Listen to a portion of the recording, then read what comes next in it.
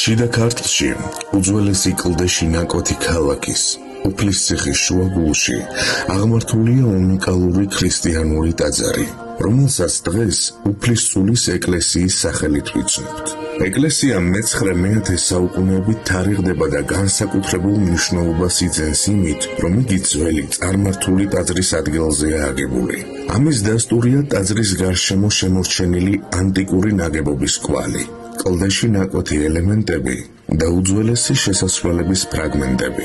უფლისწულის ტაძარი სამეკლესიანი ბაზილიკაა, რომელიც აგურით არის ნაგები.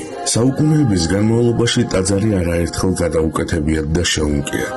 არქეოლოგიური გათხრების დროს აღმოჩენილი ორნამენტიანი ქვები, მწვანე ქვის კანკელის ფრაგმენტები და სხვა არქიტექტურული დეტალები მოწმობს, რომ აქ ქრისტიანული კულტურა მრავალი საუკუნის განმავლობაში ვითარდებოდა.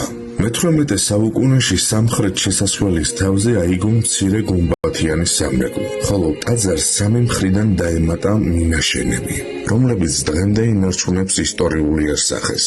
უფლისწულის ეკლესია არა მხოლოდ არქიტექტურული ძეგლია, არამედ საქართველოს მრავალსაუკუნოვანი სულიერი და კულტურული მემკვიდრეობის ცოცხალი მოწმობაა. ადგილი, სადაც წარმართული წარსული და ქრისტიანული ეპოქა ერთმანეთს ხვდება. დღესაც უფლისციხის კლდეებში აღმართული ეს ტაძარი საუკუნეების ისტორიას ჩუმად და ღირსეულად გვიყვება.